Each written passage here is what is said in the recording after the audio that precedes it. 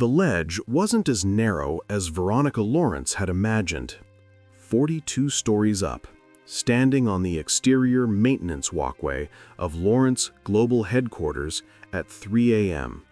And there was actually enough room to stand comfortably. Almost disappointing. She'd wanted the fear to match the finality of the decision. Below, the city glittered with lights. People sleeping, living, dreaming. People who didn't know that Veronica Lawrence, billionaire CEO, tech innovator, the woman who had everything, was about to step off this ledge and end it all. She'd spent the evening writing letters to her board of directors, explaining the transition plan, to her employees, apologizing for the disruption, to her adoptive parents, thanking them for trying, even though they'd never quite figured out how to love her. Letters that were clinical, organized, efficient, just like everything else in her life. Everything except this final act of giving up. The wind picked up, pulling at her silk blouse. She wore her usual work clothes, black slacks, white blouse, heels she'd kicked off and left by the door. If she was going to die, at least she'd die looking professional. It was all she knew how to be. Her phone buzzed in her pocket. She ignored it. She'd been ignoring calls all evening. Friends, if you could call them that. Business associates. People who wanted something from her. Nobody who actually cared whether Veronica Lawrence the person continued to exist. They cared about Lawrence Global, about the stock price, about quarterly earnings, not about the woman who'd built it all while slowly dying inside. The phone buzzed again, probably her assistant, wondering why she wasn't answering emails at 3 a.m. like usual. Veronica pulled it out, planning to throw it over the edge first. Let it lead the way. But the notification wasn't an email. It was a text from an unknown number. I found something that belongs to you.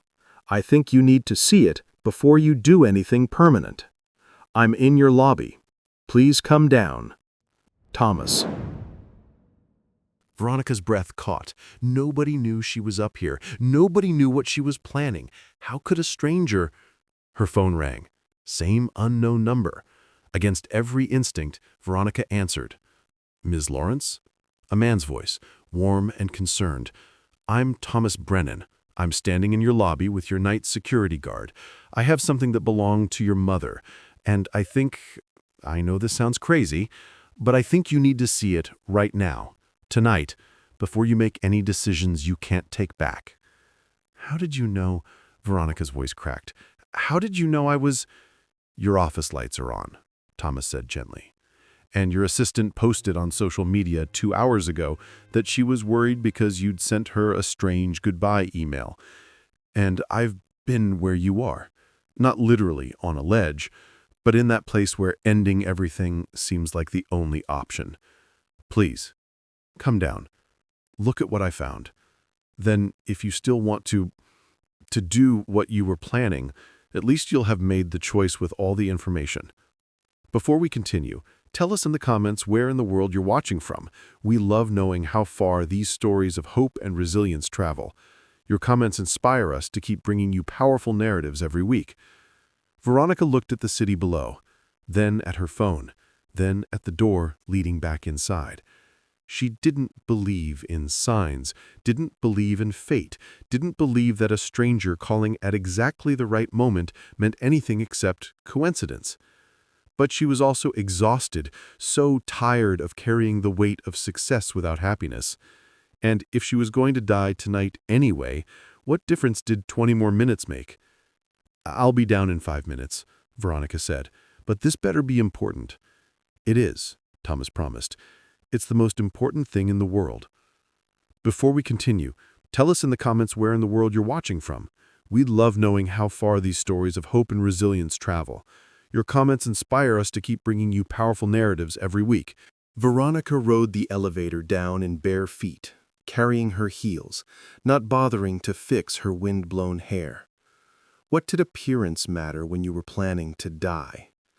The security guard, Marcus, who'd worked nights for 3 years, looked at her with open concern. "Miss Lawrence, are you okay?" This gentleman said. "It's fine, Marcus," Veronica interrupted. "I'll speak with him." The man standing in her lobby wore a yellow jacket and jeans, work boots scuffed from actual labor.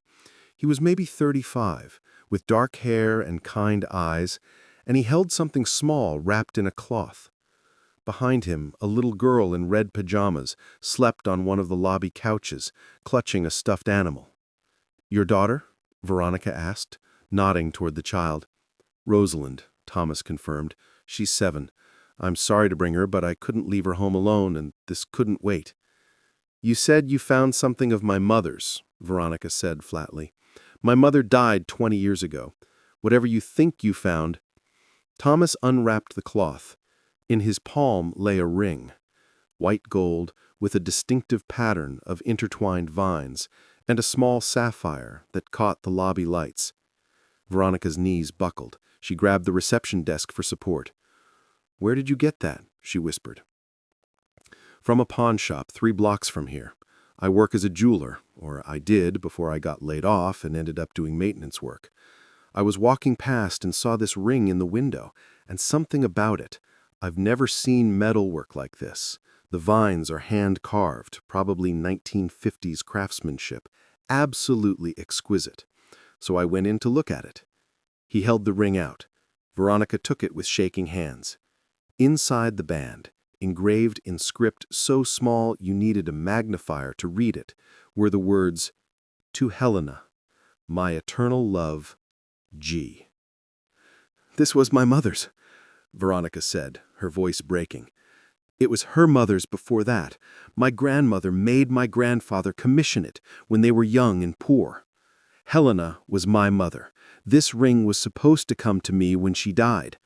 But my adoptive parents said it had been lost, that it disappeared during the estate settlement. I've spent 20 years assuming it was stolen and sold off." "It was," Thomas said gently. "The pawn shop owner said someone brought it in 15 years ago.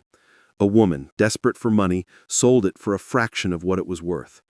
But here's the thing, Miss Lawrence. When I picked it up to examine it, I felt—" Thomas paused, searching for words.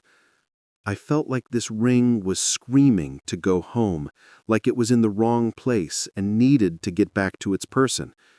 And then I saw the engraving inside, and I knew this was important. So I maxed out my only credit card, bought the ring, and looked up who Helena was." "That must have taken hours of research," Veronica said. "All day yesterday and most of today," Thomas confirmed. "But I found your mother's obituary, found your name, found Lawrence Global. And then I saw a news article from this afternoon, some business journal speculating about whether you were stepping down because you'd been spotted looking unwell at a board meeting last week. And then your assistant's social media post about being worried. And I knew you needed this ring, tonight, right now." Veronica stared at this stranger who'd spent $2,000 he didn't have to return a ring to someone he'd never met. "You don't even know me." "No," Thomas agreed. "But I know what it's like to be in that place where nothing matters anymore. And I know that sometimes one small thing, one connection to love, to family, to meaning, can be the difference between giving up and holding on one more day." "What makes you think I was giving up?" Veronica asked, though they both knew the answer. "Because I saw the lights on in your office at 3 a.m., because your assistant posted that you sent good body emails, and because when I called and mentioned your mother's ring, you answered, and because—" Thomas gestured to her bare feet, her disheveled hair, her eyes that were red from crying. "Because I recognized the look of someone who's already halfway gone." Veronica clutched the ring, felt the cool metal against her palm. Her mother's ring. The ring Helena had worn every single day until the cancer took her. The ring Veronica had begged to keep but been told was lost. The one tangible connection to the woman who'd actually loved her, Not the adoptive parents who'd raised her out of obligation, but her birth mother who died when Veronica was 17. She gave me up for adoption when I was 5. I barely remember her, but she visited when she could. And when I was 17, she got sick. She came back to say goodbye, and she promised me I'd get this ring. She said it would remind me that I came from love, even if I couldn't be raised by it. And then she died, and the ring disappeared, and I thought even that last promise was a lie. It wasn't a lie. It just took a long time to find its way back to you. But it's here now, and you're here now. That has to mean something. Veronica looked at this man, this stranger who'd gone to absurd lengths to return a ring worth far less than what he'd paid for it. You don't even know me. Why did you really do this? Nobody is this selflessly stupid. Thomas smiled, sad but genuine. Because 3 years ago, I was standing on a bridge at 2 a.m., ready to jump. My wife had just died from cancer. I had a 4-year-old daughter and no idea how to raise her alone. I'd lost my job, lost my home, lost everything. And I thought Rosalind would be better off without me, that social services would find her a better parent, someone who wasn't broken. What stopped you? Veronica asked. A homeless man, Thomas said. He walked up to me on that bridge and handed me a photograph. It was a picture of a little girl laughing. Turned out it was his daughter, grown up now, living her own life. He said, "My biggest regret is that I wasn't there to see her grow up. Don't make my mistake. Whatever you're running from, your kid needs you more than you need to escape." And then he walked away. I never saw him again. Never got to thank him. So this is you paying it forward, Veronica said. This is me refusing to let someone else make the permanent choice I almost made, Thomas corrected. You have your mother's ring back. You have proof that she loved you. You have a tangible connection to something real. Please, use it. Don't give up tonight. Veronica slid the ring onto her finger. It fit perfectly, just as it had when she'd tried it on at 17, begging her mother to let her wear it just once. Helena had laughed, said, "When I'm gone, my darling, it will be yours when I'm gone, and you'll wear it and remember that you are loved beyond measure." But then the ring had disappeared, and Veronica had thought the promise was just another lie, another abandonment in a lifetime of being given up by people who were supposed to stay. I don't know how to not give up, Veronica admitted. I've spent 20 years building a company I don't care about, making money I don't need, succeeding at things that don't matter. And I'm so tired. I'm so tired of pretending any of it has meaning. Then stop pretending, Thomas said simply. Find something that does have meaning. Build something different. Be someone different. You have the resources. You have the power. You can literally create meaning instead of waiting for it to find you. It's not that simple, Veronica. It is that simple, Thomas interrupted. It's not easy, but it's simple. You decide what matters. Then you do it. That's all life is, deciding what matters and doing it. You've been doing what other people told you mattered. Now do what you actually care about. Veronica looked at the ring on her finger, at the sleeping child on the couch, at this man who'd spent $2,000 he didn't have to save a stranger. What do you care about? She asked. Rosalind, Thomas said immediately. Making sure she grows up knowing she's loved, that her mother's death doesn't define her, that she can trust people and build connections, and live without the fear that everyone she loves will leave. You're a good father, Veronica observed. I'm a trying father, Thomas corrected. I mess up constantly, but I keep trying. That's all we can do. Keep trying. They sat in the lobby, Veronica, Thomas, and the sleeping Rosalind, while Marcus discreetly gave them space. Veronica couldn't stop touching the ring, turning it on her finger, feeling the carved vines under her thumb. Tell me about your mother, Thomas said. About Helena. Veronica hadn't talked about Helena in years, hadn't let herself think about her. But now, with the ring back, the memories flooded in. She was an artist, Veronica said. A painter. She got pregnant with me when she was 17, same age I was when she died. My biological father wanted nothing to do with us. Her parents kicked her out. She tried to raise me alone, but she was so young and so poor and so lost. So she made the choice to give you up, Thomas said. When I was 5, Veronica confirmed. She found a couple who wanted a child, my adoptive parents, Richard and Margot Lawrence. They were older, successful, stable, everything Helena wasn't. She signed the papers and I went to live with them. That must have been devastating, Thomas said. I barely understood what was happening, Veronica admitted. I just knew my mother wasn't there anymore. And Richard and Margot, they tried, they really did, but they'd never wanted children before. And they didn't know what to do with a 5-year-old who cried for her mother every night. So they gave me things instead of affection, sent me to the best schools, bought me everything I asked for. But they never just held me. Unlike Helena, Thomas observed. Helena visited when she could. It was part of the adoption agreement. She could see me once a month. And those visits they were the only times I felt actually loved. She'd bring her paints and we'd make art together. She'd tell me stories. She'd hold me and tell me that giving me up was the hardest thing she'd ever done. But she did it because she loved me too much to keep me in poverty. And then she got sick, Thomas said gently. Ovarian cancer. Diagnosed when I was 16. She fought for 18 months. And during that time, she came to see me more often. Richard and Margot allowed it because they felt guilty. And Helena, even while dying, she kept telling me that I was loved, that I mattered, that this ring would be mine someday as proof. Veronica twisted the ring. She died the day before my 18th birthday, and at the funeral, Richard told me the ring had disappeared, that it must have been lost or stolen during Helena's final hospital stay. I begged him to find it, but he said it was just a cheap piece of jewelry, not worth the effort of tracking down. But it wasn't cheap, Thomas said, examining the ring.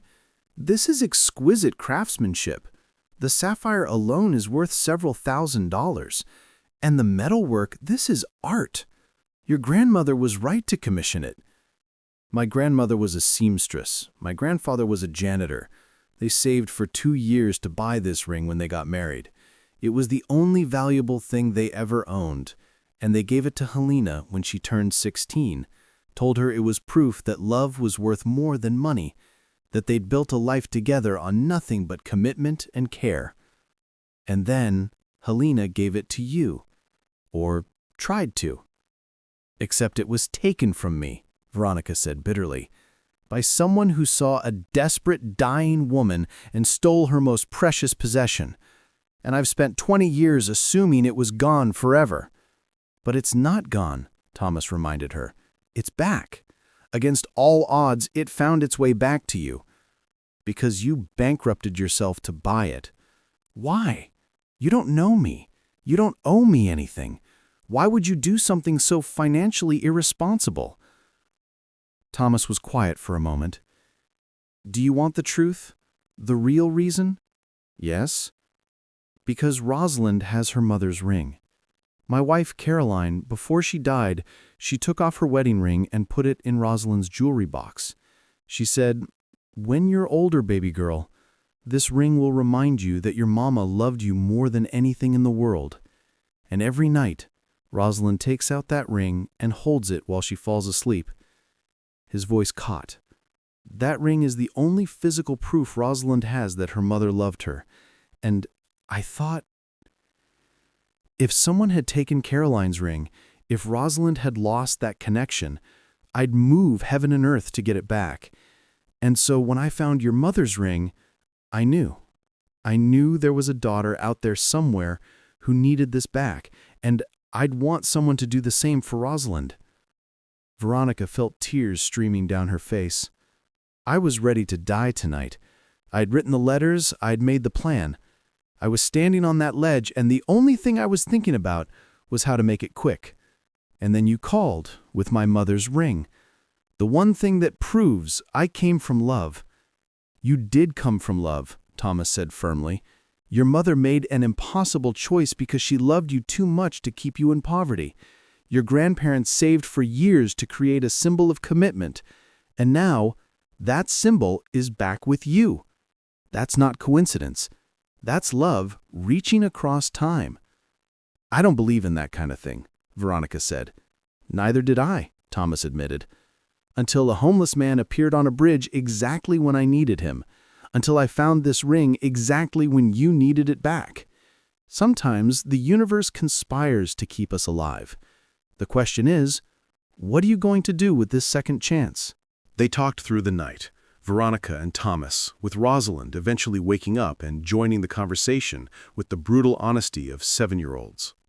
And slowly, Veronica began to understand something she'd been too afraid to see. Her life wasn't meaningless. She'd just been measuring it by the wrong metrics. "If you could do anything," Thomas asked as dawn began to break, "what would you build? Not for money, not for success, for meaning. What would you create?" Veronica thought about this. "I'd fund artists, people like my mother, painters, sculptors, musicians who have talent but no resources. I'd create spaces where they could work without worrying about rent or materials, where they could create beauty without starving." "Why don't you?" Thomas asked. "Because Lawrence Global is a tech company, because the board would never, because it doesn't make financial sense, because I've spent 20 years doing what I thought I was supposed to do instead of what actually matters to me." "So change it," Thomas said simply. "I can't just restructure a multi-billion-dollar company because I had an epiphany in my lobby at dawn." "Why not?" Rosalind piped up. "You're the boss. Bosses can do whatever they want. That's what Dad says." Thomas laughed.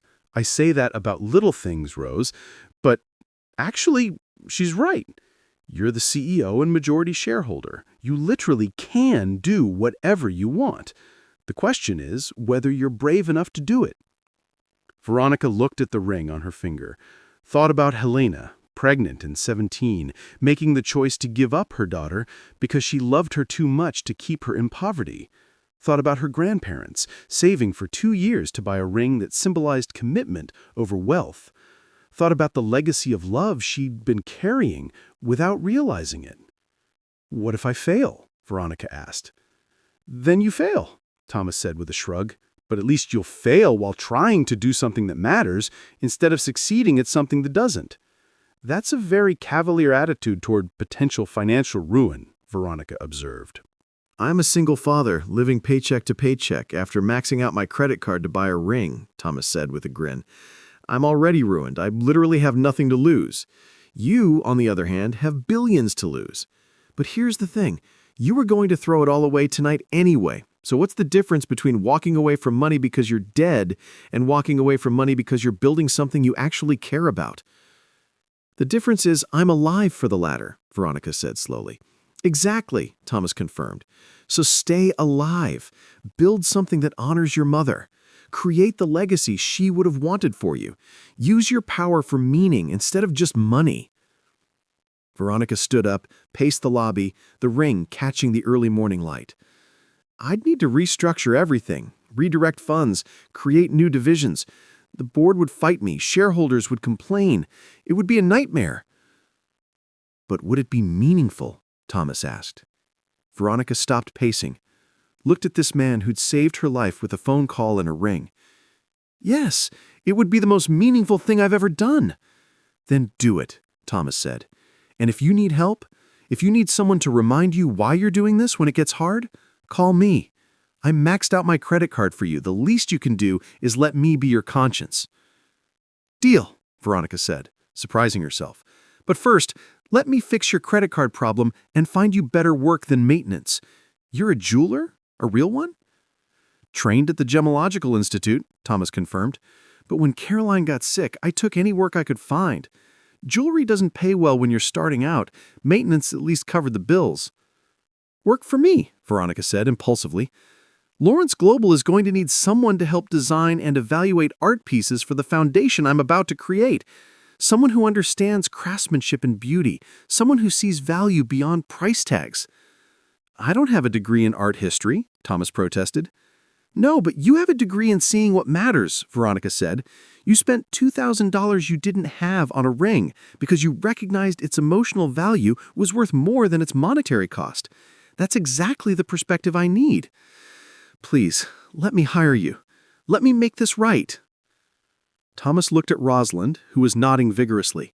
Dad, say yes. She seems nice. And you'd get to look at pretty things all day instead of cleaning bathrooms. When you put it that way, Thomas said, laughing. How can I refuse?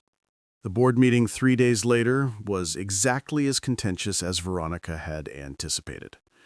She stood at the head of the conference table, wearing her mother's ring for courage, and announced her plan. I'm restructuring Lawrence Global, she said without preamble. We're creating a new division, the Helena Lawrence Foundation for the Arts. It will fund artists, provide studio space, offer grants, and support creative work that has cultural value but limited commercial viability. The CFO sputtered. Miss Lawrence, that's not our business model. It is now, Veronica interrupted. I'm redirecting 30% of our annual profits into this foundation. And before you tell me that's financially irresponsible, let me remind you that I'm the majority shareholder. This is happening. The shareholders will revolt, another board member warned. Let them, Veronica said calmly. I've spent 20 years building a company that makes money but creates nothing of lasting value. That changes today. We're going to make money and make meaning. And if shareholders don't like it, they can sell their shares.